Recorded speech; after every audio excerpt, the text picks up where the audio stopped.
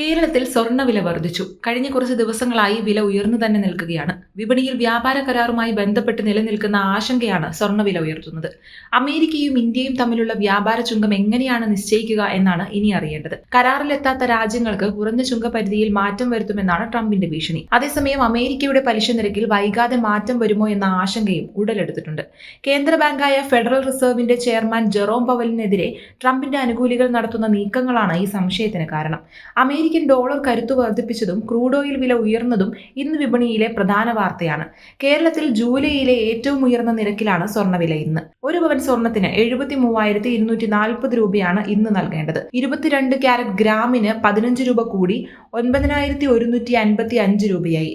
18 carrot സ്വർണം ഗ്രാമിന് 15 രൂപ കൂടി 7,505 രൂപയിലെത്തി. അതേസമയം വെള്ളിയുടെ വില വൻതോതിൽ കുതിക്കുന്നുണ്ട്. ഗ്രാമിന് ഇന്ന് 2 രൂപ വർദ്ധിച്ച് 124 രൂപയിലെത്തി. കേരളത്തിലെ സർവ്വകാല റെക്കോർഡ് വെള്ളി വിലയിലാണ്. രാജ്യാന്തര വിപണിയിൽ സ്വർണ്ണവില കുതിക്കുകയാണ്. ഔൺസ് സ്വർണത്തിന് 3,365 വരെ ഉയർന്ന ശേഷം 3,357 ഡോളറിലേക്ക് താഴ്ന്നു. ഇനിയും വില കൂടുമെന്നാണ് കരുതുന്നത്. പരമാവധി വിലയിലെത്തിയെന്ന് തോന്നിയാൽ നിക്ഷേപകർ സ്വർണം വിറ്റ് ലാഭം കൊയ്യാൻ ശ്രമിക്കും. അങ്ങനെ മാറ്റം സംഭവിക്കുമ്പോഴാണ് സ്വർണ്ണവില കുറയുന്നത്.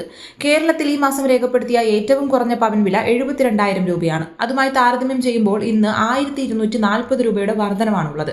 കഴിഞ്ഞ മാസം സമാനമായ രീതിയിൽ വിലയിൽ ചാഞ്ചാട്ടം സംഭവിച്ചുവെങ്കിലും ആദ്യാവസാന കണക്കുകൾ നോക്കിയപ്പോൾ വലിയ വ്യത്യാസമുണ്ടായിരുന്നില്ല.